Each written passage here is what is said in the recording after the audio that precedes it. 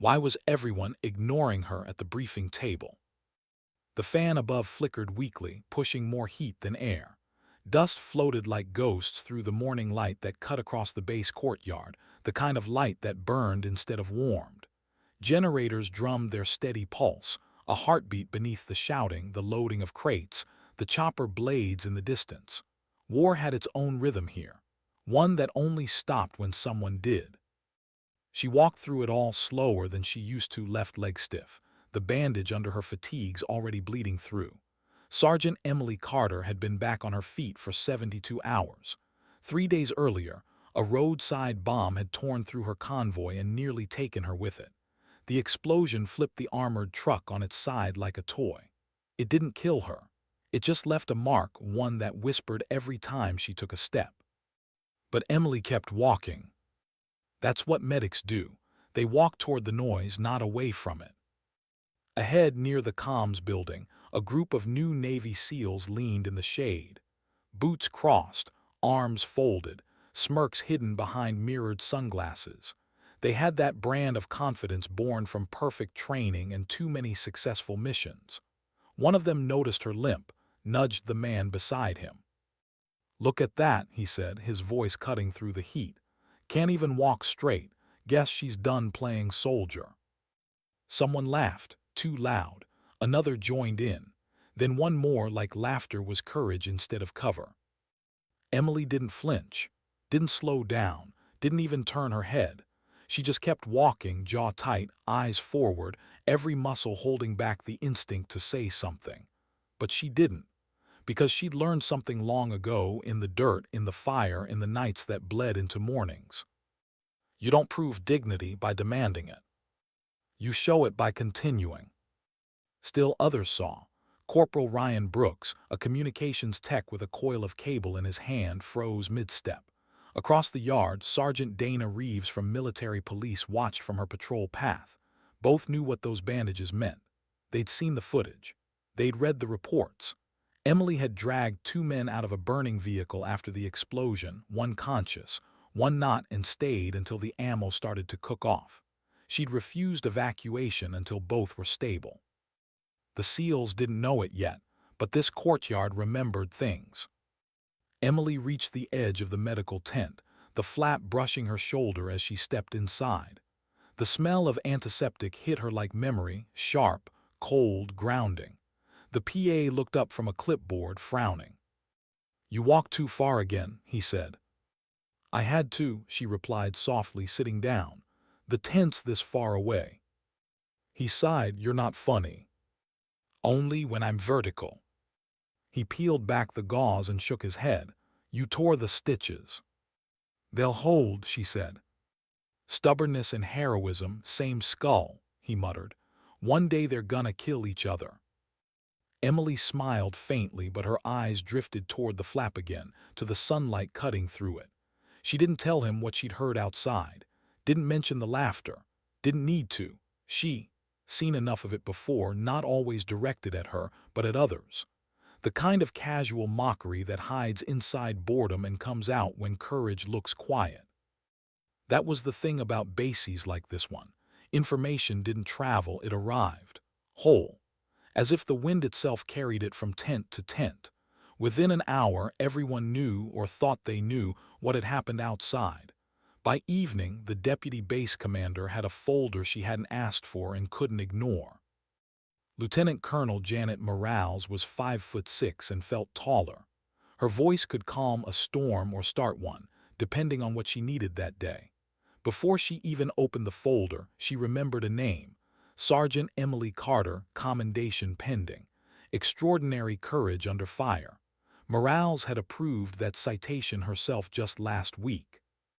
Now she held something uglier. Audio statements, a grainy still photo, faces circled in red. She stared at the evidence, then closed the folder slowly. "Get me Commander Porter," she said to her aide, "and MP Sergeant Reeves, now." Outside, the temperature dropped a few degrees as the sun slipped behind the hangars.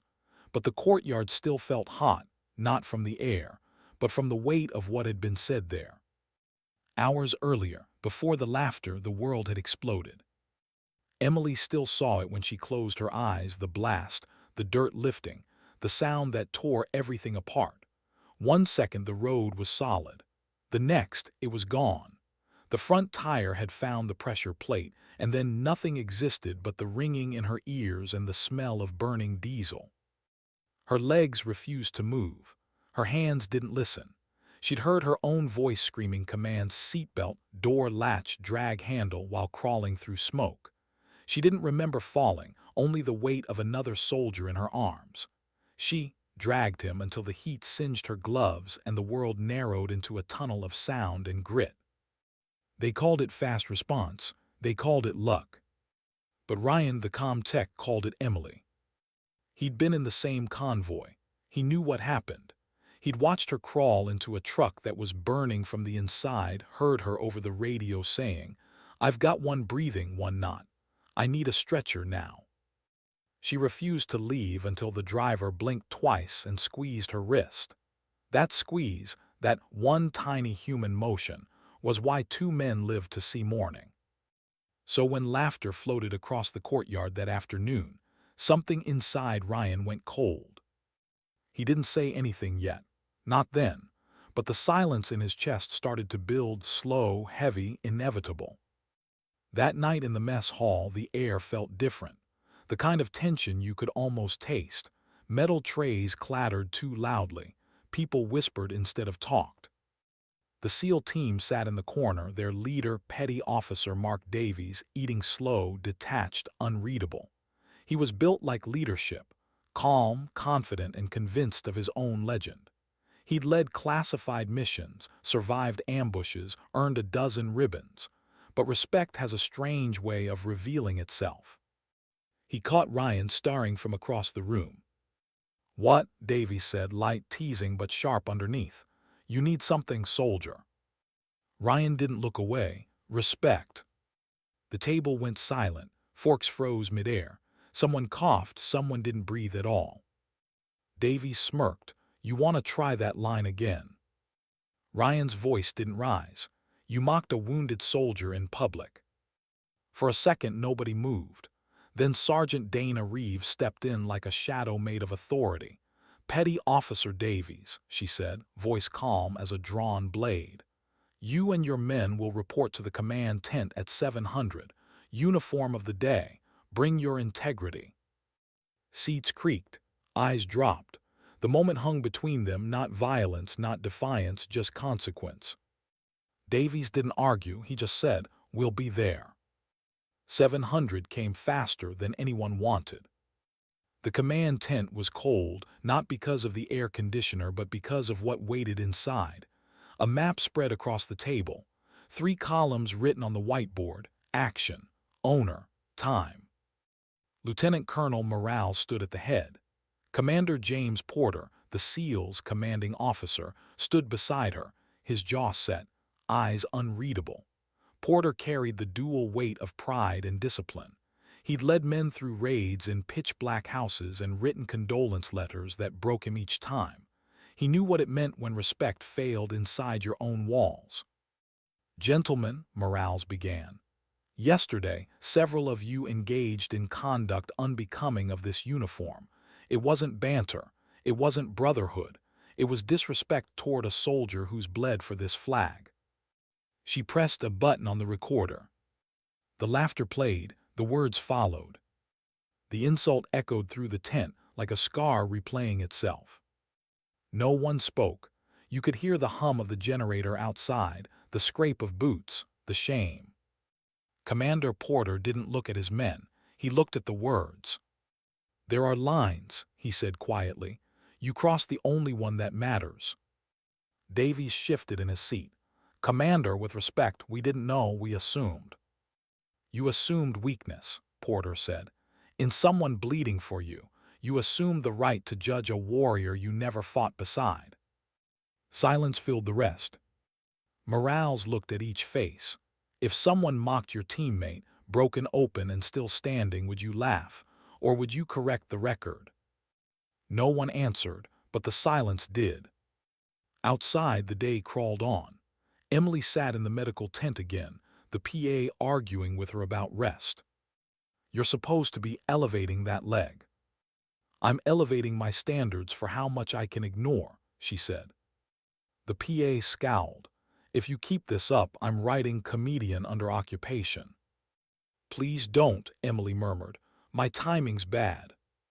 He paused. Your timing saved 2 lives. That wasn't timing, she said softly. That was duty. He didn't reply, just nodded, because he'd seen duty too, but rarely with that much quiet attached. Emily didn't know about the meeting in the tent yet. She didn't know her name had become the center of a conversation about who they were as soldiers, as people. She only knew that the stitches pulled when she walked, that her legs shook when she sat too long, and that some wounds hurt more when the body was still. Outside, voices carried again, not laughter this time, but whispers. Change beginning the way it always does in places like this. Slowly, uncertainly, through the sound of people finally thinking before they speak. And somewhere between the dust and the hum of the generator, Emily Carter, the wounded soldier they had once mocked, stood up again, not because she was healed, but because she still had work to do. Because sometimes strength doesn't roar. It limps and keeps walking anyway. Why did she always return to the same courtyard, knowing what happened there? The sun hadn't softened since the day before. It hit the gravel like a punishment, beating off the corrugated roofs, making the air shimmer in sheets of white. The courtyard looked the same crates, same hum of machinery, but everything inside it had changed. The silence wasn't ordinary now, it was charged. Even the seals, who used to own this space with laughter and swagger, spoke in measured tones. Sergeant Emily Carter limped across the open ground, one crutch under her arm this time, not because she needed it, but because the medic had ordered her to use it or stay confined. She'd chosen the lesser prison. The bandage under her fatigue pants was clean, the pain dulled to something she could almost ignore. Almost. What no one saw was the ache beneath her ribs, a slow bruise made of memory. Every step through that courtyard replayed the insult, not the words exactly, but the way the air had turned after them, heavy with judgment. But Emily didn't come here to reclaim the space. She came because the work still waited. A shipment of trauma kits had arrived, and she trusted no one else to sort them properly. Across the yard, Ryan Brooks adjusted an antenna line on the comms tower. He spotted her and felt the same twist in his gut he'd felt yesterday. Shame has a long half-life. He climbed down the ladder and crossed to her. "You shouldn't be on your leg yet," he said. "You shouldn't be worrying about things that aren't yours to fix," she replied without looking up. "That's the thing," he said. "This one is." She paused, glanced at him, then back at the crates. They had their meeting. Yeah. And let's just say they heard themselves on tape. Morales didn't pull punches. Emily nodded, neither satisfied nor curious. Good. You don't want to know what happens next. Not my job to chase justice. My job to keep people alive. She said it lightly, but Ryan could hear what she wasn't saying, that the 2 jobs should have been the same. Inside the command tent that morning, the investigation deepened. Sergeant Dana Reeves moved like precision-wearing boots. She gathered statements one by one, methodical, relentless, never raising her voice. Every detail mattered: time, light, who laughed first, who looked away. When she was done, a picture formed sharper than any photograph. A courtyard, a limping medic, a joke that didn't feel like one, and the ripple of silence that followed. Lieutenant Colonel Morales listened to every account, eyes half-closed, hands steepled. When Ryan finished his statement, complete with a timestamp down to the minute and the angle of the sun, she exhaled slowly.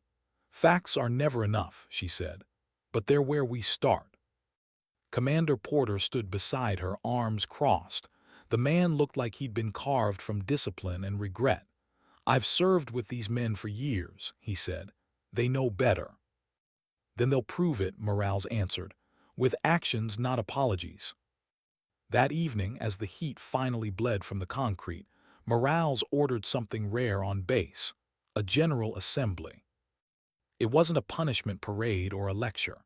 She wanted visibility and open reckoning. Soldiers, medics, MPs, pilots, even cooks gathered under the metal awning. No one quite knew why they'd been called. Rumor filled the silence. Maybe a promotion, maybe a new op, maybe something worse. When Morale stepped up to the microphone, the murmurs died instantly. "Yesterday," she began, "this base forgot itself." Her words carried without needing volume. She didn't mention names, not yet. She didn't have to. The truth already lived in the spaces between people. One of our own was mocked for her wounds, for a limp earned in fire, for surviving. The crowd didn't move. "Disrespect doesn't need a gun to kill morale," Morales continued. "It does it quietly, efficiently, one laugh at a time." She let that hang there until the silence turned heavy enough to hold weight. Commander Porter stepped up beside her. "My men will answer for what happened," he said. "But this isn't just about them. It's about every one of us. Every time we see someone bleed and call it weakness instead of proof." No applause followed, no shouting. Just stillness, the kind that means people are thinking instead of reacting. After the assembly, Porter found Emily in the med tent. She stood at a steel table, re-rolling gauze with the same care someone else might give to prayers. "Sergeant Carter," he said quietly. She looked up. "Commander." He hesitated, then set a folder on the table. "These are copies of statements, official record. I wanted you to see how many people spoke up." She didn't open it. "That's good," she said. "I also wanted to apologize," he added. "They wear my insignia." Emily shook her head. "Don't apologize for them, teach them."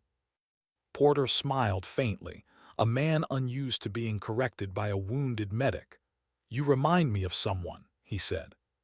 "Someone stubborn." "Someone decent," he replied. For the first time since the blast, Emily's eyes softened. "That'll do." That night the base changed in small ways. In the mess hall, conversation slowed before jokes landed. In the motor pool, a mechanic caught himself about to mimic someone's limp and stopped cold.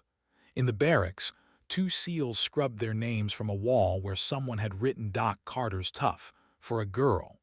They didn't do it for credit. They did it because the words looked uglier under fluorescent light. And in the corner of the wrecked tent, Petty Officer Davies sat alone. He stared at his untouched tray, the echo of the hearing still loud in his ears. He built a career on control, control of breath, control of aim, control of fear. But now he couldn't control the replay in his head. Emily limping past, his own smirk, the laughter that followed like gunfire without a target. He told himself it was nothing, just banter, but nothing is exactly where disrespect starts. Dana Reeves approached him, a clipboard under her arm. "You've been assigned to morning cleanup," she said. He looked up, expecting sarcasm. "Cleanup." "You heard me." He nodded once, understood. As she turned to go, he asked quietly, "Sergeant, does she know what we said?" Dana paused. She heard enough. Does she hate us?" "Hate?" Dana looked at him for a long moment. "No, but she remembers." The next morning, Ryan caught Emily by the supply shed again. She was reorganizing shelves, the kind of meticulous order only medics find therapeutic. A young specialist hovered nearby, nervous, unsure how to help. Emily saw him struggling with a heavy box. "Careful," she said. He tried to balance it on a crate, fingers trembling. The crate wobbled. He almost dropped it. Emily moved fast, faster than her leg wanted, and steadied it with one hand. "You okay?" she asked. "Yes, ma'am, just trying not to mess up." "You're allowed to mess up," she said, easing the box onto the floor. "Just don't give up halfway through." The kid smiled awkwardly, and Ryan, watching from a distance, felt something shift. She wasn't lecturing anyone. She was rebuilding something, confidence, dignity, maybe both, with the same quiet efficiency she used on wounds. Ryan stepped closer. "Doc Sergeant," he corrected himself. "You've got people noticing." "That's dangerous," she said. Not the kind of dangerous you think. He hesitated, then asked, "You ever think about going home?" "Home, just where the noise changes," she said. "Here at least I know the rhythm." He wanted to argue, to tell her she'd earned rest, but the way she said it left no room. Some people heal by staying near the fire that burned them. Too tense over, Morales sat with Porter reviewing final reports. "Disciplinary recommendations," she said, handing him the sheet. "Davies' demotion 1 grade, removal from active ops roster, reassignment to rehabilitation support. The others letters of reprimand, mandatory service rotations with wounded units." Porter read silently, jaw tight. "You're making them look their mistake in the eye," he said finally. "That's the only way lessons stick," Morales replied. "Punishment fades, perspective lasts." He nodded. "I'll sign it." Before leaving, he asked, "And her, Sergeant Carter?" "Promotion recommendation to staff sergeant. She won't like it, but she's getting it anyway." "Good," Porter said. "She deserves the kind of recognition that doesn't need a ceremony." Morales smiled faintly. "Maybe one day people will understand that's the only kind that matters." That night thunder rolled on the horizon, rare in this desert stretch. The air smelled like rain and diesel. Emily sat outside her tent, watching lightning flash over the distant hills. For the first time in days, she allowed herself to feel tired, not the kind of tired that sleep fixes, the kind that sits deep in the chest where duty meets exhaustion. Ryan found her there. "You're supposed to be resting." "Technically, I'm sitting," she said. He sat beside her. For a while they didn't talk. The thunder filled the silence for them. "Finally," he said, "they asked me to record the statement you gave during the investigation." "I didn't give one," she replied. "I know, that's the statement they're keeping." She smiled faintly. "Silence makes a good record sometimes." Ryan turned to her. "Do you ever think it's worth it, all this?" She thought for a long moment. When someone lives, yes. When they don't, you just try again. And when people remember how to respect each other, that's a kind of survival too. Across the base, in the dim light of the rehabilitation ward, Petty Officer Davies mopped the floor.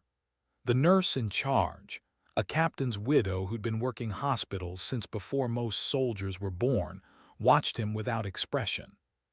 "Don't miss the corners," she said. "Yes, ma'am." He didn't. He worked slow, deliberate. When he finished, she nodded once. "Tomorrow, you'll sit with the patients during physio." "Yes, ma'am." "No talking about yourself," she added. "They've heard enough war stories." Davies looked around at the rows of crutches, prosthetics, wheelchairs. He'd faced fire, ambush, blood, but this room made him nervous. These weren't bodies to rescue. These were reminders. He sat beside a man missing half his left leg. The man grinned at him. "New volunteer." "Yes, sir." "You any good at cards?" "Terrible." "Perfect," the man said. "We'll get along fine." The laughter that followed sounded nothing like the courtyard. It was small, real, the kind that meant something. Later, as the night settled and the rain began to fall, Emily wrote a note in her logbook. Not a report, just a few lines. "People think strength is noise. It is. It's what stays quiet when everyone else forgets how." She closed the book, set it beside her cot, and lay back. The patter of rain on canvas mixed with distant generator hum. Somewhere beyond the tents, the SEALs she'd never confront directly were cleaning weapons, writing letters home, or staring at ceilings trying to unlearn arrogance. Change had started, not with speeches or punishment, but with one woman limping past laughter and refusing to stop. Because sometimes leadership doesn't shout orders. It just keeps walking until everyone else falls in behind. Why did the call come on her first good night of sleep? The radio cracked just after midnight. One sharp burst of static that sliced through the tents quiet like a blade. "Medical team, stand by for immediate dispatch. Convoy accident, East Perimeter Road." Emily was halfway upright before her mind caught up. The leg screamed protest, but instinct drowned it. She grabbed her field bag and slung it across her shoulder. Morphine vials, bandages, tourniquets, airway kits. She moved on memory, not speed. Outside, rain from the evening still clung to the dirt, turning it into slick clay. The floodlights carved bright cones through mist, and shadows of soldiers rushed in every direction. Ryan appeared, headset hanging from his neck. "You're not cleared for field response," he said. "Then I'll call it a walk," Emily replied. "Now hand me a radio." He hesitated, then handed it over. Some rules break themselves when someone like her is standing in front of you. The road east of the base looked like a scar across the desert.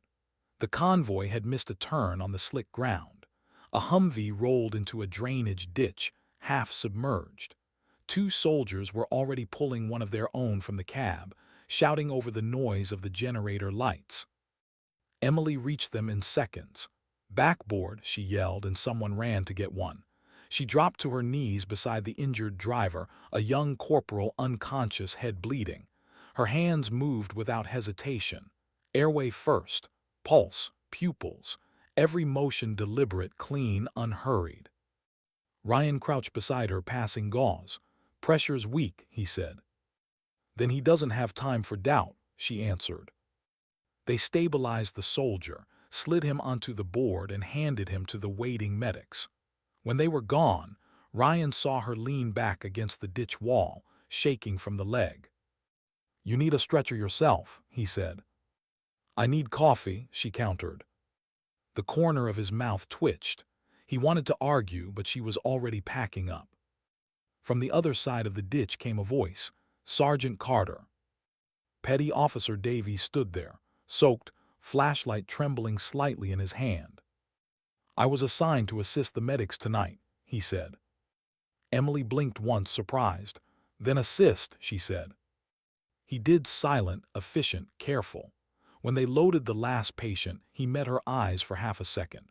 Rain streaked down both their faces, and in that moment the courtyard felt very far away.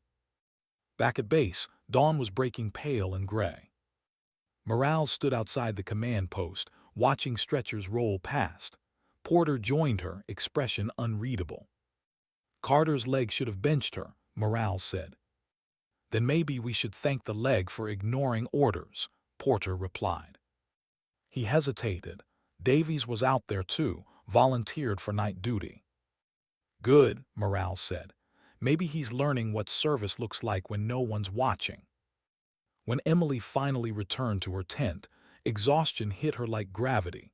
She sat on the cot, unwrapped her bandage, and stared at the angry red line across her thigh. It pulsed in rhythm with her heartbeat. She should have felt proud. She didn't. Just empty, the kind of quiet that follows too many close calls. Outside, footsteps approached. "Permission to enter." Davies' voice. She sighed. "If you've come to apologize, don't." He stepped in anyway, keeping a respectful distance. "I didn't. I just wanted to say you saved him, the driver." "Everyone saves someone eventually," she said.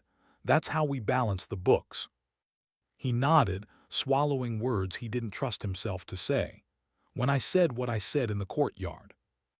"You don't need to relive it," she interrupted gently. "I do, because if I forget, I'll start to think I've learned enough. And I haven't." For a long moment they just listened to the rain outside the tent. Then Emily said, "You want to learn something useful? Come with me tomorrow." "To the hospital." "To the rehab wing," she said. "You'll see what courage really looks like." The next day, the rehabilitation building hummed with low voices and the smell of antiseptic. Soldiers in wheelchairs played cards, nurses adjusted IVs, someone laughed at a joke half heard. Emily moved from bed to bed, checking bandages, adjusting lines. Davies followed, eyes wide, not with pity but with a dawning awareness of how much survival costs. At one bed, a young Marine with one leg gone up to the thigh grinned when he saw Emily. "Doc Carter, they told me you'd come by." "I told them I might," she said, smiling back. The Marine looked at Davies. New guy. Learning, she said. The Marine nodded. Then lesson one, man, don't feel sorry for me. Feel lucky you get to stand next to her. Davies managed a weak smile. The Marine winked. Yeah, she hates when people say nice things, pretends she's all business. Emily rolled her eyes. Vitals, she ordered, and no speeches. As they moved on, Davies whispered, they worship you here. No, Emily said quietly. They remember that someone showed up when it mattered. That's all any of us are supposed to do. That night, morals gathered senior staff. The courtyard incident had turned into something larger, a question of culture, not just conduct. We've got a chance, she said, to make this place better than it was. Not perfect, just decent. Dana Reeves nodded. We start with the small stuff, respect briefings, mentorship, peer reviews, the kind that changes habits, not headlines. Porter added, my men have already volunteered to assist in medical and recovery training. I want them earning back what they lost. Morales looked around the table. Then we'll make it official. I'm calling it the Carter Protocol. It's not about punishment, it's about prevention. A reminder that every uniform carries the same weight, no matter what shape it stands in. No one objected, no one dared. Elsewhere, Emily sat alone behind the supply shed again. The night was quiet except for distant laughter, different now, not cruel, not careless. She traced the edge of her scar absently, thinking about what Morales might be doing, about the men who'd once sneered, now cleaning rehab wards and escorting stretchers. Ryan joined her, carrying 2 mugs of something that almost tasted like coffee. They're calling it the Carter Protocol, he said. She snorted, terrible name. Good reason, though. I didn't ask for a reason. No, he said softly, you just gave them one. They drank in silence. Do you ever wonder, he asked, why it's always the quiet ones who end up teaching the hardest lessons? Because the loud ones are too busy talking, she said. Then, after a pause, and because silence doesn't flinch when truth hits it. The next morning, Davies reported to Morales' office. She didn't look up from her desk. You wanted to see me, he asked. I wanted to ask you something, she said. Why are you still volunteering after your shift ends? He hesitated, because I'm not done learning yet. Morales finally met his eyes. Good answer, keep at it. And when you think you've made peace with it, remember, guilt isn't the goal, growth is. He nodded, yes, ma'am. As he turned to go, she added, you'll be accompanying Sergeant Carter on her next humanitarian drop. Consider it field rehabilitation. His heart jumped. Does she know? She will, Morales said. Good luck surviving her briefing style. When Emily found out, her reaction was as dry as the desert wind. Davies on my team, she said. Morales nodded. You'll manage. Emily sighed. I've patched people up with less experience than his humility. 3 days later, they flew. A twin-rotor transport helicopter lumbered across the valley, packed with medical supplies bound for a remote village that had taken mortar fire the week before. Emily sat by the window, headset pressed to her ear, eyes scanning the horizon. Davies sat opposite her, hands clasped, the vibration of the rotors rattling through his bones. He caught her looking at him. Something wrong. Just making sure you don't faint, she said. I've been shot at, he replied. So have I. It's the quiet rides that scare me more. The pilot's voice cut in over comms. Approach in 2 minutes, landing zone clear. When they touched down, the scene hit like deja vu dust, shouting, the smell of burned fuel. The local med team was overwhelmed. Emily jumped out first, barking orders with a calm only battle teaches. Davies' triage line there, prioritize chest wounds, no heroics. Yes, ma'am. He moved fast, falling into rhythm. When a boy no older than 12 stumbled forward clutching his bleeding arm, Davies froze for half a heartbeat. then remembered the rehab ward, the Marine's grin, the way Emily had spoken to every patient like they were equals. He dropped to one knee. "You're okay," he said gently. "We've got you." Emily watched from a distance, her face unreadable. Then she called out, high and tight on that dressing, "Sailor, you're not wrapping a sandwich." "Yes, ma'am," he called back. For hours they worked side by side until the supplies were gone and exhaustion replaced adrenaline. As they loaded the last crate, Davies looked around at the quiet chaos of survival. "This feels different," he said. "It is," she replied. "This time you listened first." Back on base that night, Morales received the mission report. She read it twice, then set it down with a rare smile. "Sometimes," she said to Porter, "the best correction is a second chance done right." He nodded, "And sometimes the wounded teach faster than the healthy." Emily didn't celebrate. She never did. But when she passed Davies the next morning in the corridor, she gave him a nod, a small one but real. "Good work yesterday," she said. "Thank you, Sergeant. Keep it up, and people might start mistaking you for decent." He almost smiled. "That's the goal." That night she wrote again in her logbook. "Respect doesn't erase what happened. It replaces what could happen next. That's how you rebuild trust, one act at a time." She closed the notebook, lay back, and listened to the base hum itself to sleep. Outside, the courtyard was empty, the same ground that once echoed with cruel laughter now holding nothing but the sound of distant rotors and the soft rhythm of boots passing by in silence. Maybe that was the real victory. Not punishment, not redemption, but quiet decency finally finding its way home. And for the first time in weeks, Sergeant Emily Carter slept without hearing the explosion. Why did the mission feel wrong before it even began? The order came down at dusk, one of those moments when the sky can't decide between orange and blood. A forward observation post 40 clicks out had gone silent. No contact for 10 hours. The nearest unit was Emily's, short-staffed, overworked, reliable. She was still tapping her leg when the operations runner appeared at the tent flap. "Sergeant Carter," he said, breathing hard, "you're on roster for Delta Relief, immediate deploy." She blinked once. "They're sending a medic on a communication outage." "Yes, ma'am." "Which means it's not just comms," she muttered, finishing the wrap. Her hand paused for a moment. The leg didn't hurt, it hummed, a low, electric warning in her bones. She'd been cleared for light duty, not field work, but light duty never held much weight where bodies were bleeding. Ryan tried to argue. "You can't. Let them send Reeves or someone else." "They need a medic," she said, "and Reeves is security, not field triage." "You're not fit for field triage either." Emily's gaze didn't rise.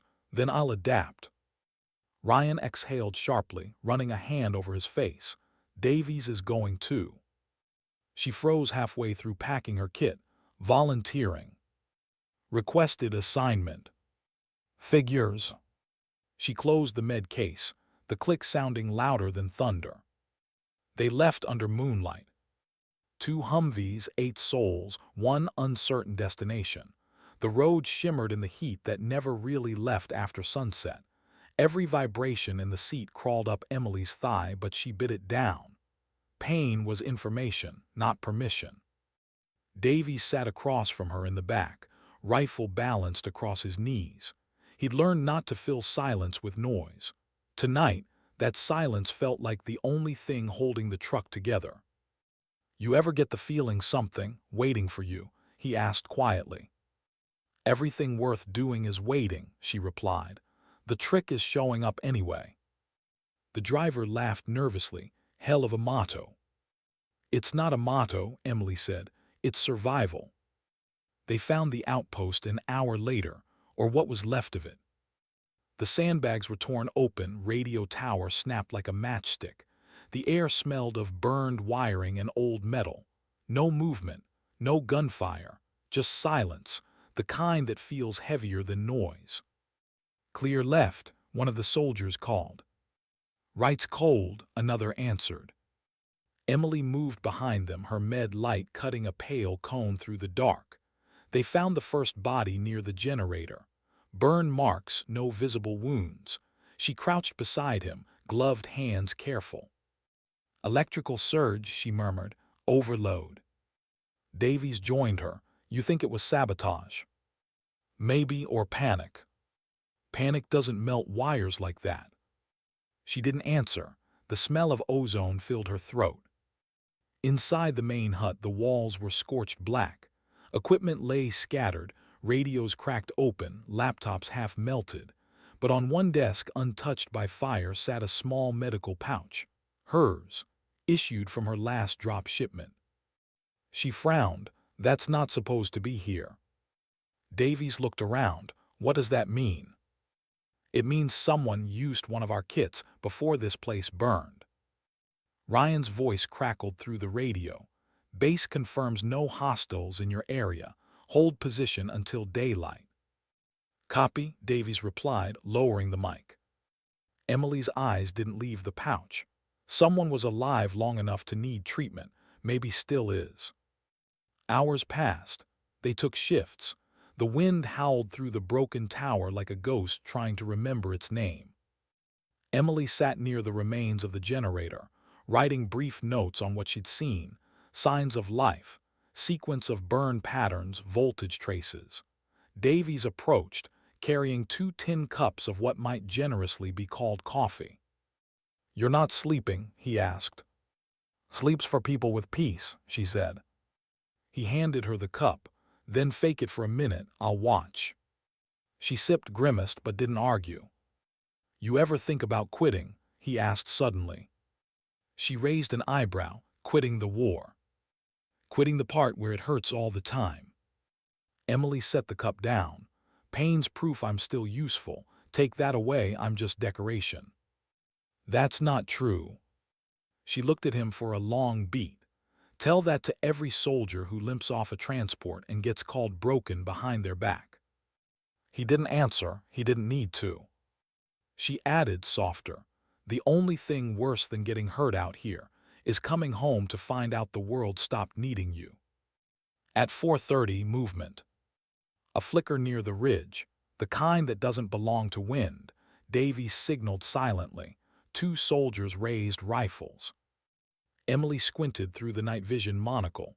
Wait, movement patterns off. That's not a combat stance. What then? Wounded. She rose before anyone could stop her, limping fast toward the slope. Davies hissed, Sergeant, hold. But she was already halfway up the incline, light swinging from her hand. When she reached the top, she saw him, a young man in a shredded uniform, face half covered in soot.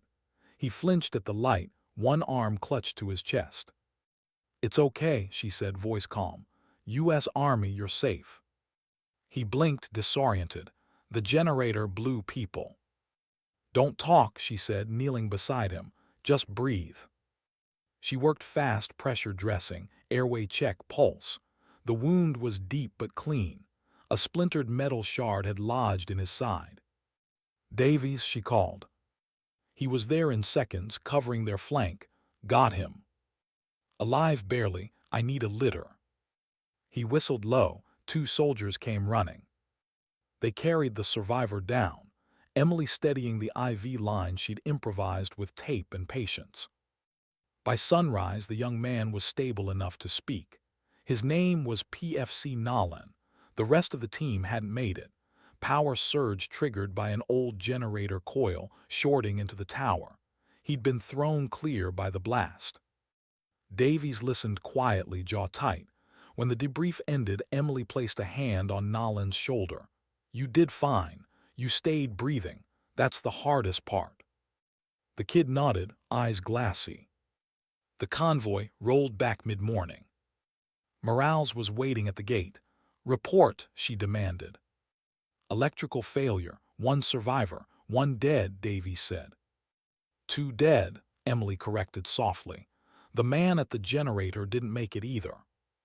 Morales nodded grimly. Good work bringing 1 home. As they unloaded the gear, Porter approached. "You shouldn't have gone, Sergeant, not with that leg." Emily looked up, face unreadable. "I didn't go because I was able, sir. I went because no one else did." He wanted to reprimand her. Instead, he nodded once. Understood. Later that evening, the base gathered again, not for punishment, not for ceremony, for perspective. Morale stood at the same microphone where she'd spoken weeks earlier. "Courage doesn't always come with orders," she said. "Sometimes it limps into danger because someone might still be alive out there. That's what Sergeant Carter did last night." The crowd murmured, heads turning toward Emily near the back. She shifted uncomfortably. "This isn't about heroism," Morales continued. "It's about responsibility, the kind that doesn't end when you get hurt, the kind that spreads." She nodded to Davies, standing stiff at the front row. "It spreads when others learn from it." After the assembly, Emily found Davies outside, leaning against the comms wall, face half-lit by floodlight. "Didn't like being singled out?" he asked. "Didn't earn it," she said. "One kid lived, others didn't, math's still wrong." "Maybe," he said, "but you tipped the scale in the right direction." She didn't answer right away. "Then, you did good out there." He blinked. "You sure you're talking to me?" "I don't waste breath," she said. He smiled just slightly. "Then I'll take it as truth." Inside the med tent, Ryan was closing up equipment when Emily entered. "You look like hell," he said. "Flattery again." "I'm serious. You can't keep doing this on that leg." She sat on the cot, exhaled slowly. "I'll rest when I stop hearing the blast." "Still?" he asked. "Every night," she said, "but it's getting quieter." He didn't reply. He just handed her a folded note. "From who?" she asked. "Davies said you. Throw it away if he gave it to you in person." She hesitated, then opened it. "Sergeant, I watched you walk into that fire last night, same as before. I finally understand why people follow you. It's not orders, it's gravity. I'll never earn what you carry, but I can try to deserve being on the same ground. M. Davies." Emily folded the note, tucking it inside her field log. "He's learning," she said quietly. Ryan nodded. "So are we." The next morning, Morales signed off on Emily's promotion to Sergeant First Class. No ceremony, no applause, just ink on paper and a quiet line added to a file. When she delivered the notice herself, Emily stared at it for a long time. "You're serious?" "I don't do jokes," Morales said. "I didn't do anything extraordinary." "That's why it matters," Morales replied, "because you didn't do it to be seen." Emily set the paper down. "You ever wonder how long this lasts? The respect, the change." Morales looked toward the window. "Long enough if we keep tending it. Culture's like a wound, you clean it, watch it, and hope it scars into something stronger." Emily smiled faintly. "That's the most medic thing I've ever heard you say." "Blame you," Morales said. That night Emily walked through the courtyard again. The air was cooler now. The laughter she heard wasn't cruel, it was tired, genuine. Two SEALs she didn't know nodded at her as she passed. She nodded back, nothing more. At the far end of the yard, a new sign hung beside the comms building. "Strength walks soft." Handwritten underneath, "Respect stands when pain does." She stopped for a moment, watching the words sway in the night breeze. Ryan's voice came from behind her. "You think it'll stick?" "It will," she said, "because it was written by someone who needed it." Later in her tent, she added one last line to her notebook. "Some wounds change how you walk, others change how everyone else does." She set down the pen, turned off the light, and lay back. The night outside was quiet, the kind of quiet that meant people were finally listening to the right things. And for the first time since the explosion, Emily dreamed, not of fire, not of pain, but of a courtyard where laughter and respect sounded the same. Why did her hands shake before she even touched the wounded man? The siren started before dawn. a low, rising wail that crawled through the metal ribs of the base and made the air itself hold its breath. Then came the voice over loudspeaker, flat, too calm for what it meant. Indirect fire, north perimeter, all personnel to bunkers or response posts.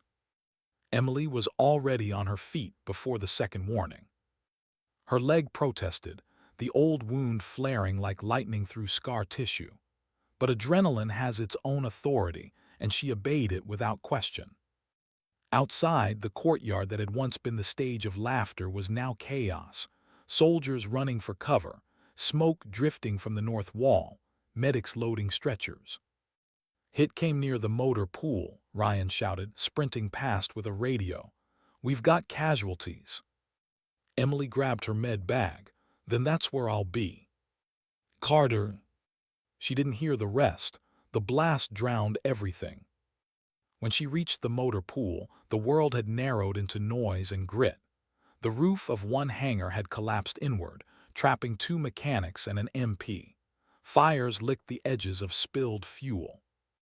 Davies was already there, helmet off, face streaked with dust. He looked at her, eyes wide, and for the first time she saw something that wasn't guilt or pride. It was fear. "Back wall's unstable," he shouted. "Then we move faster," she yelled back. She dropped to her knees beside the first casualty, a young woman pinned under a steel beam. Pulse faint, breathing shallow, consciousness drifting. "Davies, get the jack." He was gone and back in seconds. The beam groaned as they lifted it. Emily slid the woman free, her hands steady even as blood pooled around them. "Pulse holding," she muttered. "Get her on a litter now." The second victim screamed from under a half-collapsed engine block. Emily turned and froze. It was Ryan. For a moment the world stopped. The dust, the shouting, the fire, everything collapsed into one point of sound, his breathing, short, wet. She crawled to him, ignoring the pain in her leg. "Hey," she said softly, "don't talk, I've got you." He tried anyway, didn't duck fast enough. "You'll learn," she said, voice breaking. "Next time listen to your own warnings." His abdomen was torn open by shrapnel. It was bad, too bad. Davies crouched beside her. "Tell me what to do." "Pressure dressing," she said automatically. "High, tight, keep his airway clear." He did. Her fingers moved fast, sealing, pressing, praying. "Stay with me, Brooks," she whispered. "Breathe once, that's all you have to do." His eyes found hers. "Like you said first time." She almost smiled. "That's right, same words, same rule." But his chest kept stuttering, every breath thinner than the last. "Carter," Davies said quietly, "we need to move. If we move him, he'll bleed out. If we don't, this roof's coming down." She looked at the cracks above them, at the flickering orange of fire crawling closer, then back at Ryan. "Stay with me," she said again, but her hands were trembling now. He reached up weakly, fingers brushing hers. "Go. Don't you dare." "Go," he said again, barely audible. "Save the others." The ceiling gave a long, low groan like metal sighing. Davies grabbed her shoulder. "Now, Carter." She pressed her palm over the wound one last time, whispered, "You did good, Ryan," and then let go. They pulled back just as the roof came down. The sound was a thunderclap. Outside, the air burned with dust. Emily stumbled out, coughing, eyes searching the smoke for movement. Davies caught her before she fell. "He's gone," he said quietly. She didn't answer, didn't cry, didn't move. She just stared at the hangar until the flames blurred her vision. When the medevac landed, she walked herself to it, not for treatment, but because she refused to watch someone else carry Ryan's body. She stood beside the stretcher until it lifted off, her hand resting on the metal edge, knuckles white. Only when the helicopter vanished into the glare did she let herself sit. The next day passed like a slow bleed. 3 dead, 5 wounded, 1 medic who refused the infirmary. Morales found her sitting in the courtyard at noon, still in blood-stained fatigues. "You should be resting," Morale said. "Not tired. I read the report. You saved 4 people." "Didn't save him." Morale sat beside her. "You can't save everyone." "I know." "Then why do you sound like you don't believe it?" Emily stared at her hands. "Because knowing isn't the same as forgiving yourself." Morale said nothing for a long moment. Then, "You want to honor him." "I already am." "Then do it by living like he did, making the next person breathe when they shouldn't have." Emily's eyes flicked up, faintly amused. "That's a Morales-level pep talk."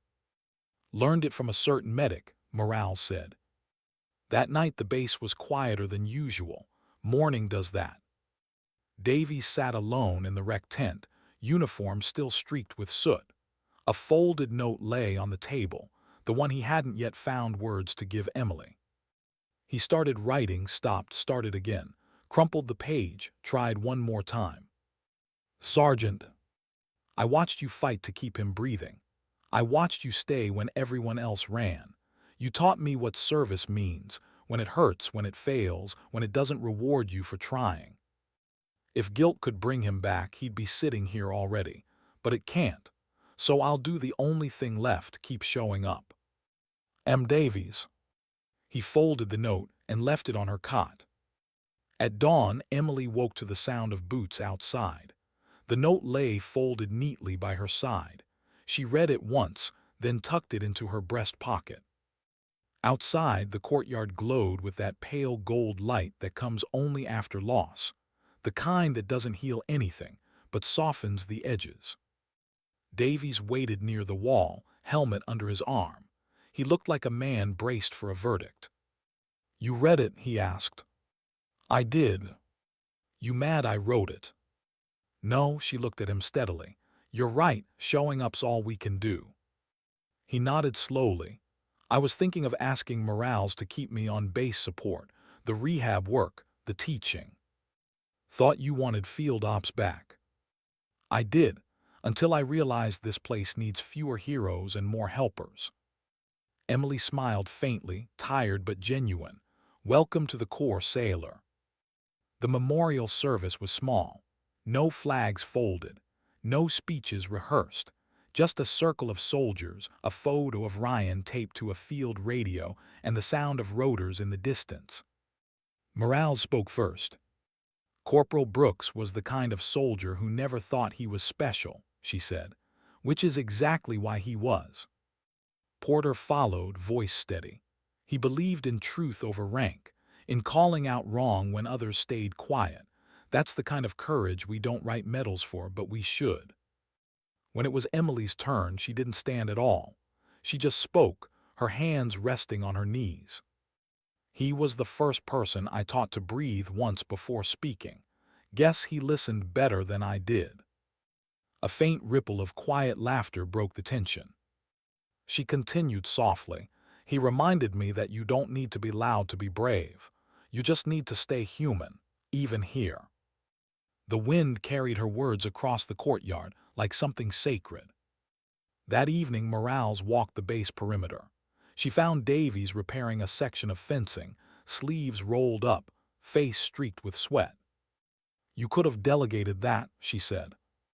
"Feels right doing it myself." "Why?" "Because it broke on my watch," he said simply. She nodded once, "Good answer," then added, "You're doing better than you think."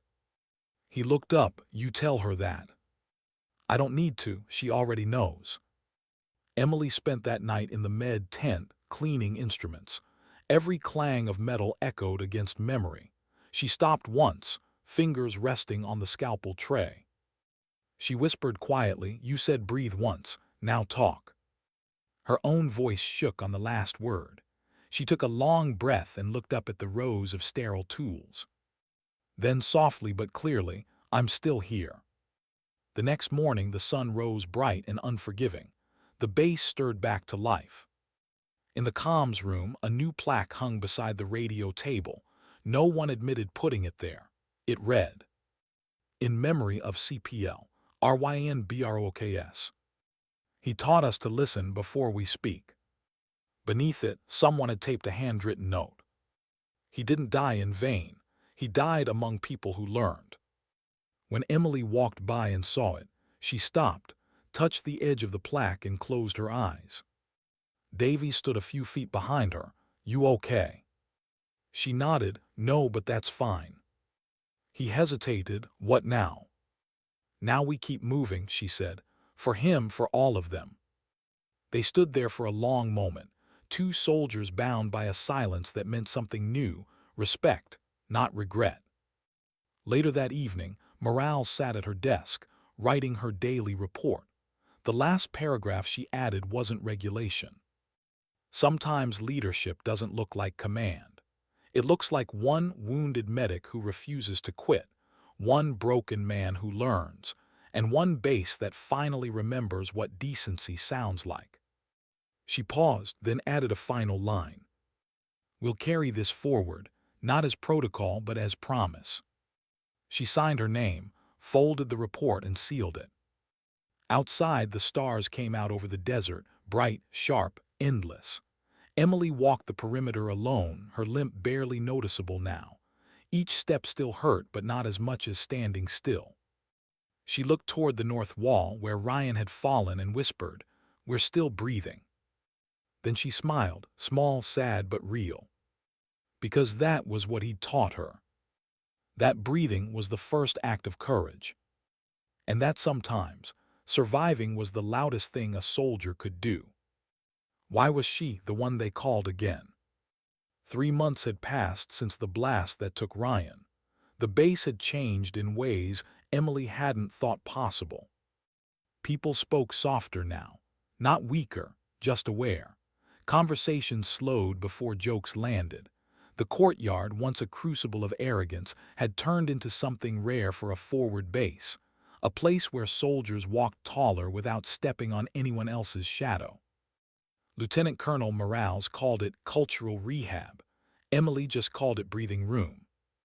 But calm never lasts long in places built on conflict. It was late afternoon when a Black Hawk dropped low over the ridge, kicking dust across the yard. The door slid open before the rotors stopped spinning. A man in desert camo stepped down, Major Holt, Logistics Command.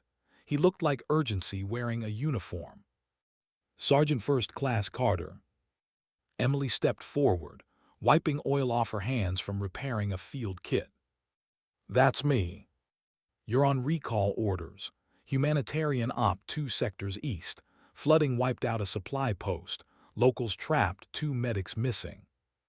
Emily frowned. "There are closer bases." "None with your experience." Morales appeared at the edge of the tarmac, her expression saying everything the major didn't.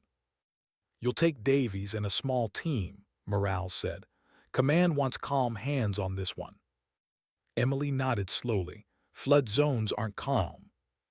"Which is exactly why you're going." The helicopter cut across brown water and shattered bridges, flying low enough for spray to lick the doors. Whole stretches of road were gone, mud and debris where once there been villages. Davy sat opposite her again, helmet off, headset hanging loose. His posture was quieter now, humbled, steady. "You sure this isn't too soon?" he asked. "For what?" "Coming back out here." She glanced at him. "You learn faster than you think, sailor. Out here, too soon doesn't exist. There's only not soon enough." He smiled faintly, then looked out the window.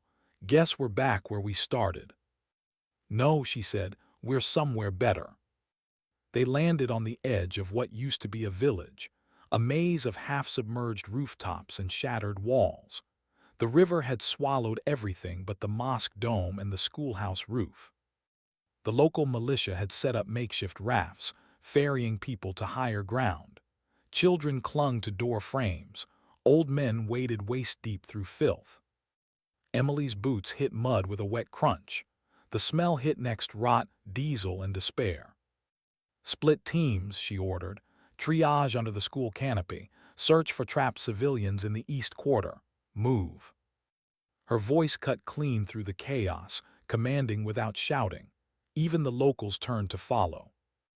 Davies watched her move, limping, yes, but with a rhythm that carried everyone else's pace. She didn't look like someone saving the world. She looked like someone fixing what was in front of her.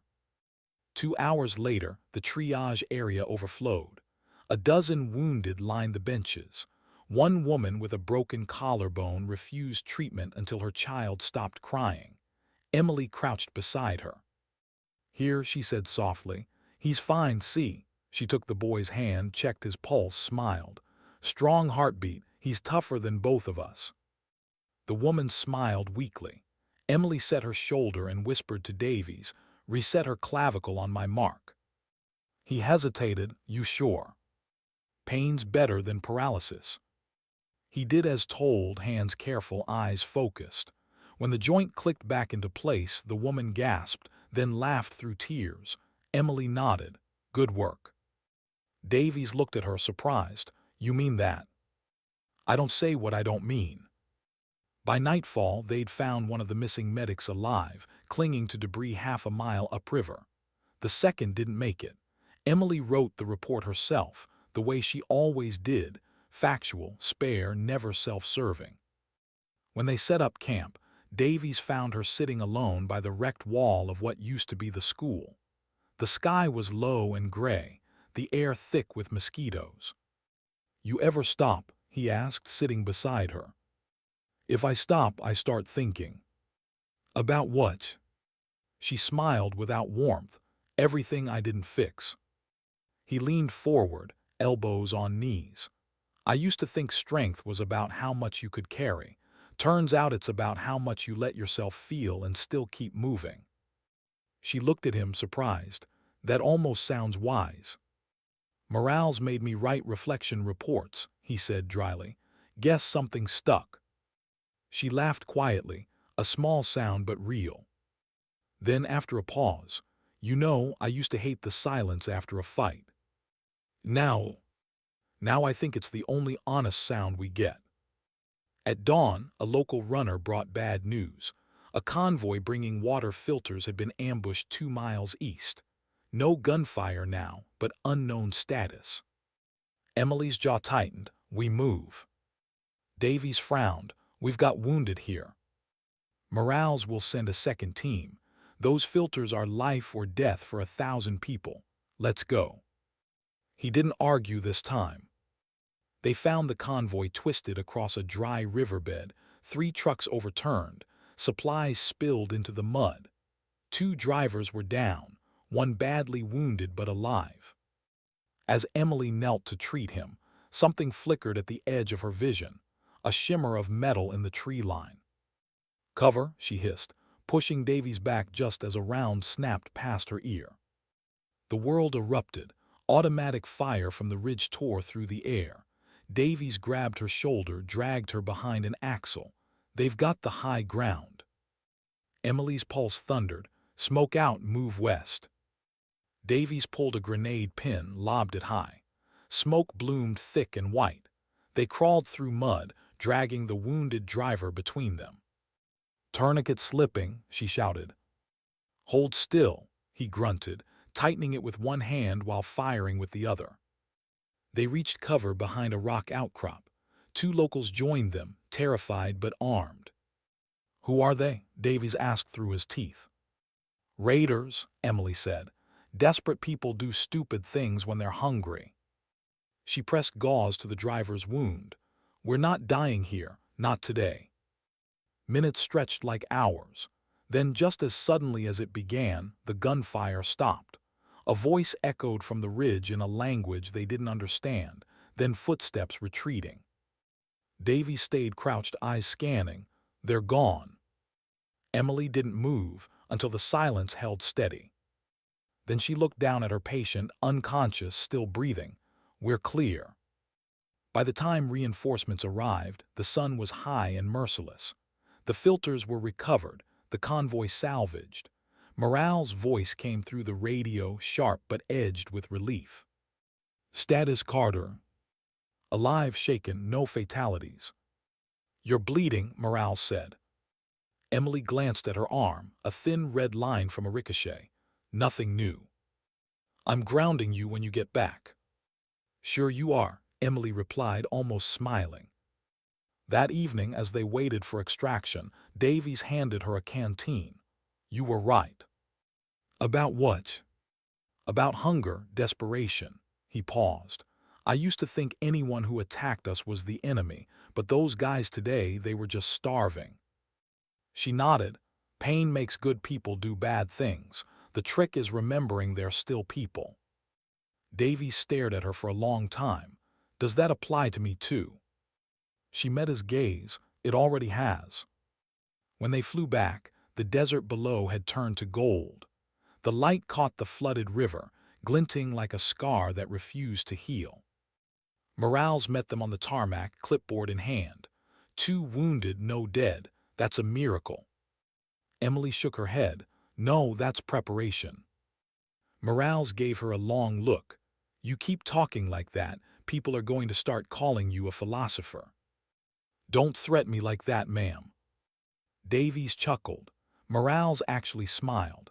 It was brief but real, the kind of expression leaders rarely afford themselves. That night the base was alive again.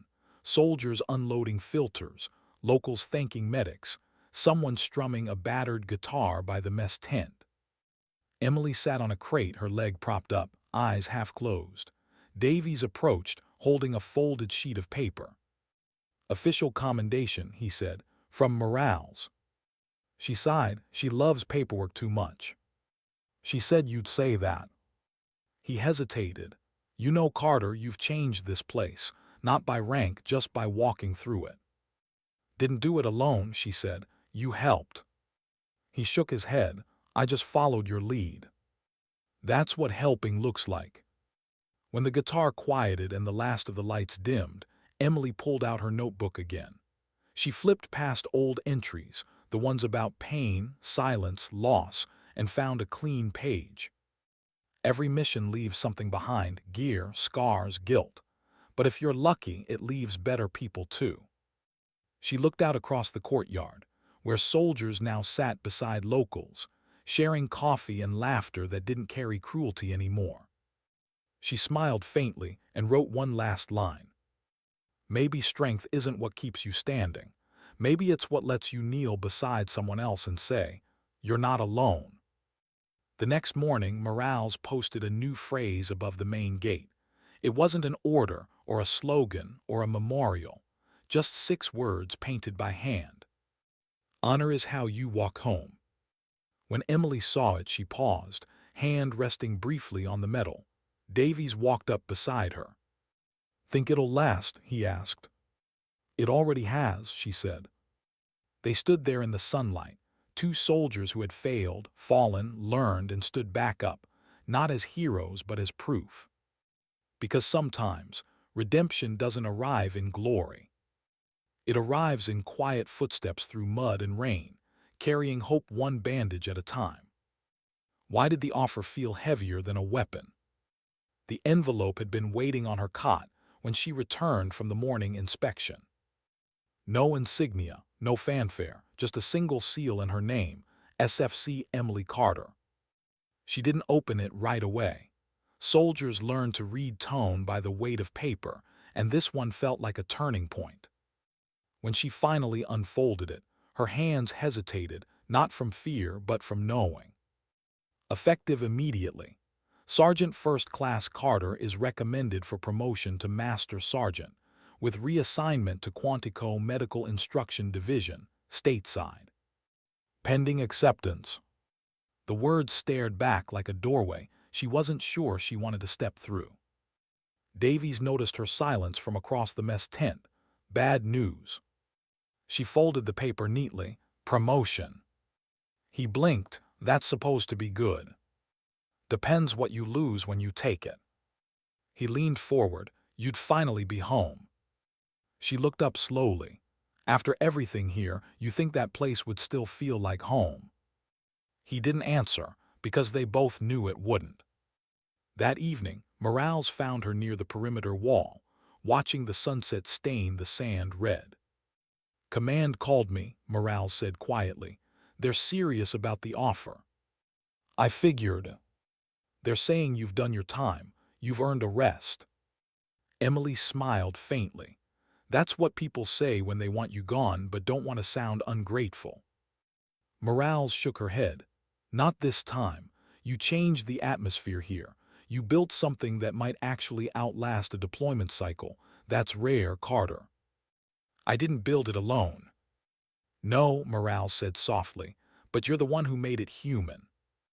They stood in silence for a moment. Then Morales added, you don't have to decide tonight, but whatever you choose, do it because it's right for you, not because you owe this place another piece of yourself. Emily didn't respond. Her eyes stayed on the horizon, where light faded into endless sand, the color of things you can't forget. The next morning, she walked the base alone. Every corner held ghosts of what it used to be. The cracked wall Ryan had leaned on while joking about coffee, the training yard where Davies had failed his first drill, the courtyard where silence had once meant judgment but now meant respect. Change was everywhere, stitched into the smallest gestures. Two soldiers arguing gently over supply forms, a mechanic helping a local boy fix a tire, laughter that didn't echo off tension.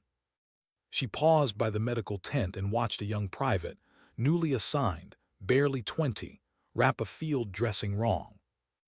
Emily approached quietly, took the gauze from his shaking hands and demonstrated the motion. Not too tight. You're not stopping circulation, you're stopping panic. The private nodded, embarrassed. Yes, ma'am. Do ma'am me, she said with a half smile. Just remember it next time. Lives are in details. When she turned to leave, the private asked, how long have you been doing this, Sergeant? Emily paused, long enough to know it's never long enough. That afternoon, Morales gathered the senior staff for an after-action briefing. Emily sat near the end of the table, half listening to reports on logistics and resupply. She wasn't distracted, just somewhere between presence and memory. When the meeting ended, Morales said, Carter, stay a moment. Emily did. Morales handed her a small envelope. You left this unopened. It's not that I didn't read it, Emily said quietly. I just haven't answered. Morales leaned back. Then answer me instead. Why are you hesitating? Emily exhaled slowly. Because I don't know who I am if I'm not needed out here.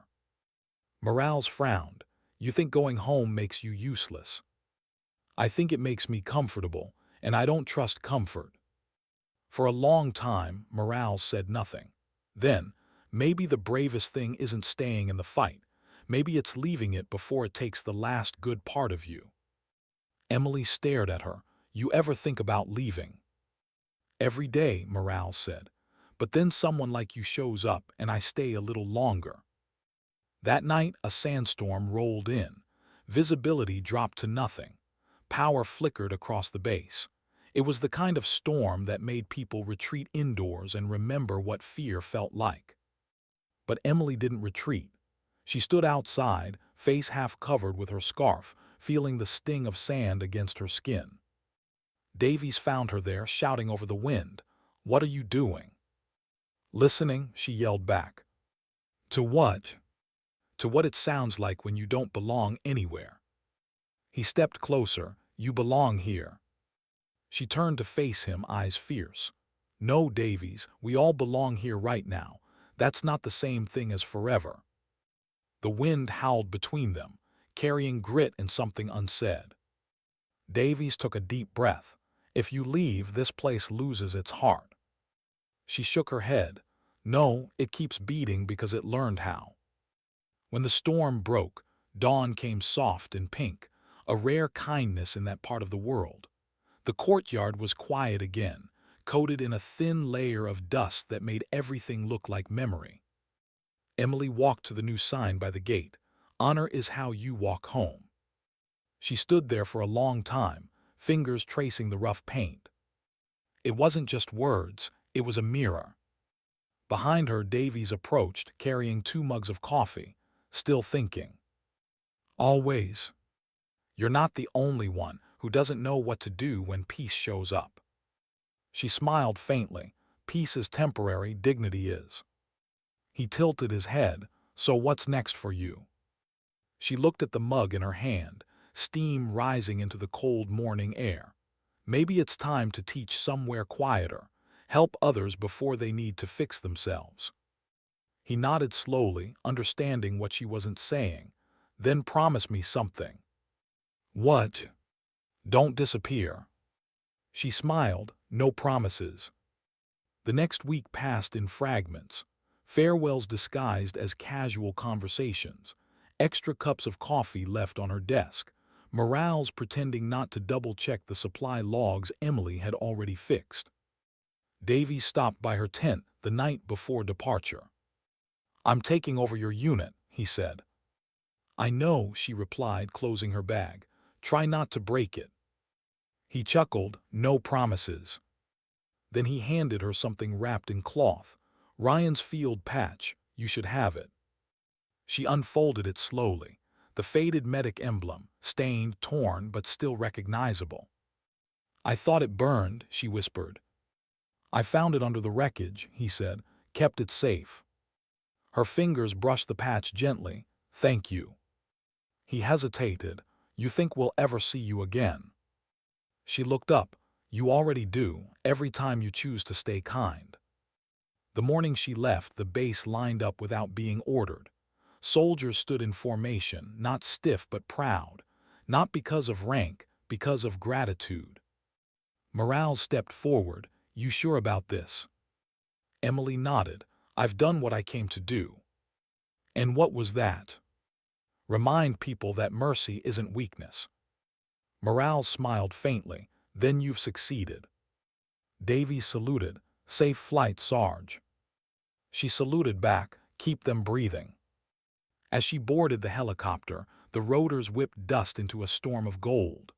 The base grew smaller below, fences, tents, and the courtyard that had changed everything. For a long time she watched it fade into the horizon. Then she whispered to herself, you don't heal by leaving, you heal by knowing when it's time. Back home, Quantico felt alien, too clean, too quiet, too polite. The first night she couldn't sleep. The hum of the city outside felt unnatural. She missed the sound of diesel engines, of boots in dust, of laughter that had been earned. The next morning, she reported to the training division. Rows of recruits in fresh uniforms turned as she entered, most no older than 20. She felt the weight of their eyes, their untested optimism. Morning, ma'am, one said nervously. Don't call me ma'am, she replied. Call me Sergeant Carter. You'll remember the lessons better that way. She walked down the line, inspecting their kits. One had his bandage pouch backwards. She fixed it silently, then said, out there, mistakes like that kill people. Here, they make you better. Don't waste the chance. The recruit straightened instinctively, not out of fear, but respect. That evening, she sat in her small apartment overlooking the Potomac. The city lights flickered across the window like ghosts of another world. She opened her old notebook again, turning past every page filled with loss, pain, duty. Then she found the blank one she'd been saving. She wrote, you can leave the battlefield without leaving the fight.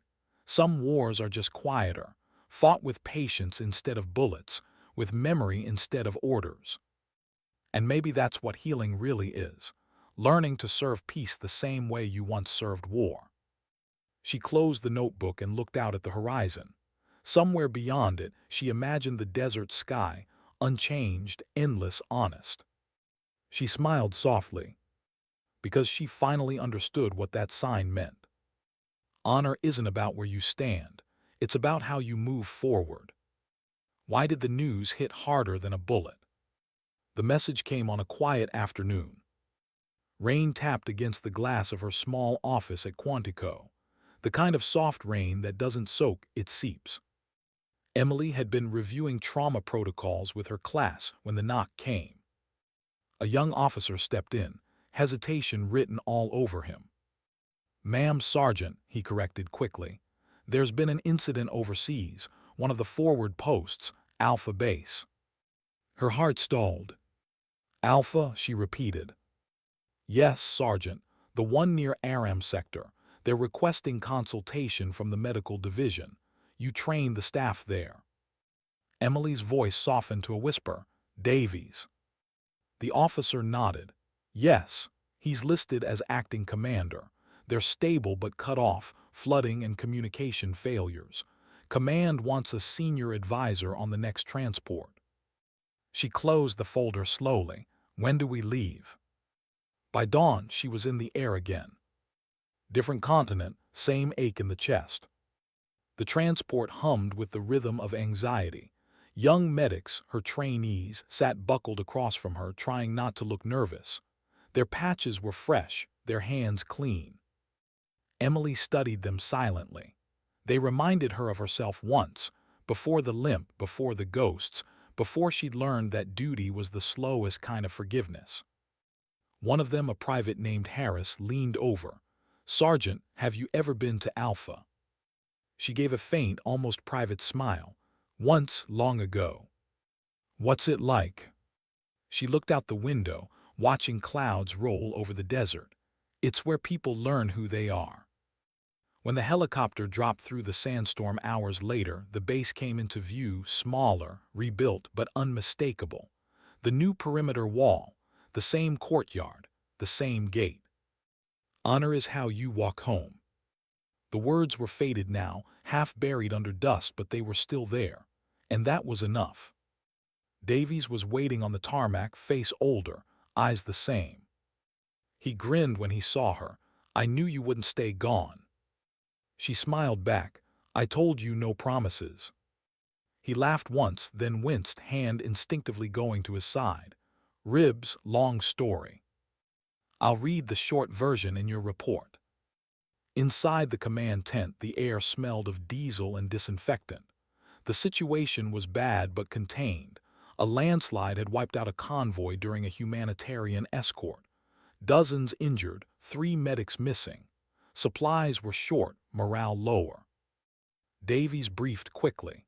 They've been working nonstop for 36 hours. No relief rotation. You'll find most of them running on caffeine and guilt. Emily nodded. Then we'll start by giving them something stronger. Like what? Direction. By midday, she was in the triage bay. The heat inside was suffocating. Sweat, blood, and silence, always silence, the kind that means everyone's too busy to breathe. Harris, the nervous recruit from the flight, was pale, but holding a clamp steady on a femoral bleed. His partner was whispering prayers under her breath. Emily knelt beside them. Breathe once, she said softly. The young medic looked up. Sergeant. Breathe once before you move. It steadies your hands. The girl exhaled sharply, nodded, and continued. The clamp held. The bleeding stopped. Emily gave a small nod. Good, now mark the time. You just saved a leg. Harris looked at her with something between awe and disbelief. You make it sound easy. It's not, she said, but neither is regret. Hours blurred. The triage lines thinned. The worst were stabilized. The rest patched, tagged, comforted. When dusk came, Emily finally stepped outside. The sky was bruised purple, the air thick with dust. She walked to the courtyard again, drawn like gravity to the place where everything had started. It was quieter than she remembered. No arguments, no taunts, just murmured voices and distant generators. Davies joined her a few minutes later, carrying 2 tin cups. You always find your way here. It remembers me, she said quietly. He handed her a cup. So what do you think? They're raw, she said, but good. They care too much to be careless. He chuckled. You used to sound exactly like Morales. Her smile faded at the name. How is she? Davies' eyes lowered. She retired last spring. Last I heard, she's teaching leadership ethics back home. Emily nodded, swallowing a mix of sadness and pride. Figures. She was always better with words than orders. They stood in silence for a while, watching a pair of recruits struggle to lift a generator into place. One tripped, the other caught it before it fell. They laughed, tired but genuine. Davies sighed. You know, it's strange seeing you here again. You used to belong to this base. She shook her head. No one belongs to a place forever. We just borrow it long enough to leave it better. That night the rain came again, a rare desert storm that turned the dust to clay and the sky to thunder. The power flickered twice before dying completely. Davies found Emily in the med tent, still working by flashlight. Generators down, he said. I noticed. Want me to send someone? No, I'll go. He frowned. You sure? Don't start that again. She stepped out into the downpour, mud grabbing at her boots. The generator sat behind the supply hut, half buried under runoff. She wiped the panel clean, checked the fuse line, cursed under her breath when a spark jumped. Then a voice behind her, Sergeant. It was Harris again, soaked, shivering. Didn't I tell you to rest? She asked. Yes, ma'am, Sergeant, but I couldn't sleep. She smiled faintly, then grabbed that wrench. They worked together under the rain, hands numb, visibility almost zero. At one point, Harris dropped the flashlight.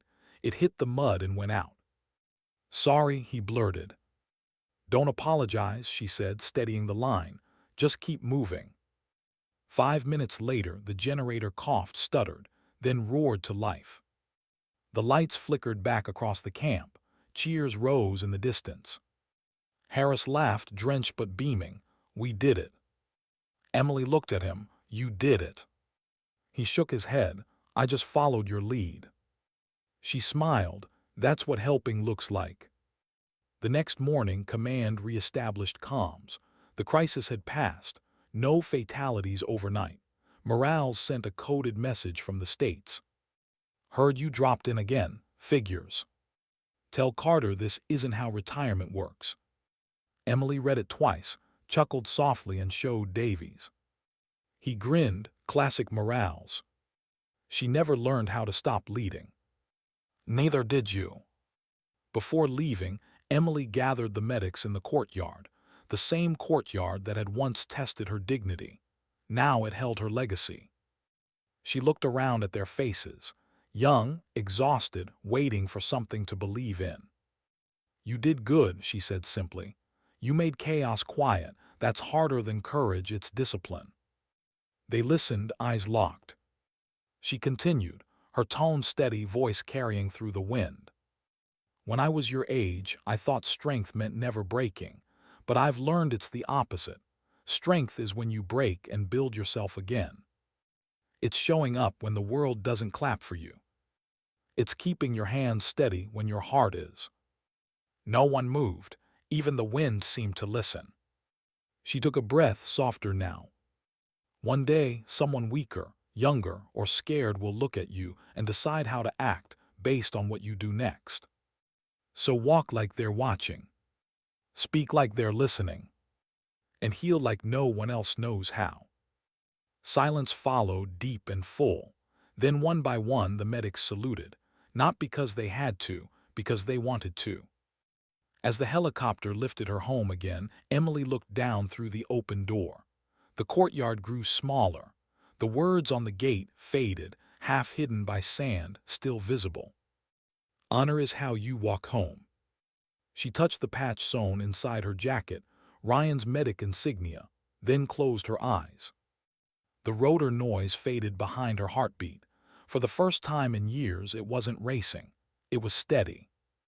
Back at Quantico, months later, a new training mural was unveiled outside the medic division. No one had signed it.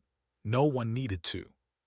It showed a soldier kneeling beside a wounded comrade, rain falling, light breaking through clouds. Below it, just one line. Sometimes dignity doesn't speak, it simply acts. Emily stood before it quietly, hands in her pockets. Harris, now promoted, stopped beside her. You wrote that? He asked.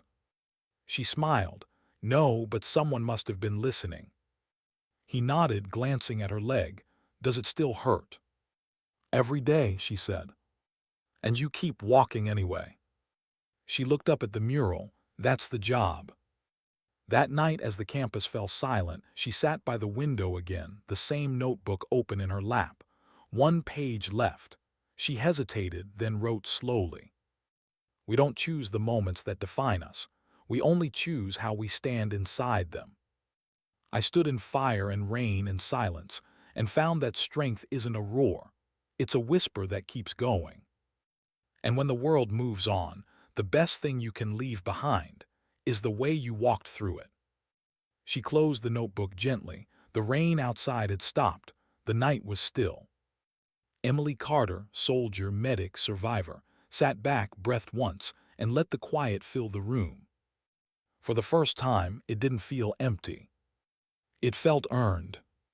Because after all the noise, all the pain, all the years, she finally understood what it meant to come home. Sometimes courage doesn't return with medals. Sometimes it limps, it listens, it forgives. And sometimes it teaches others how to keep walking when the world breaks beneath their feet.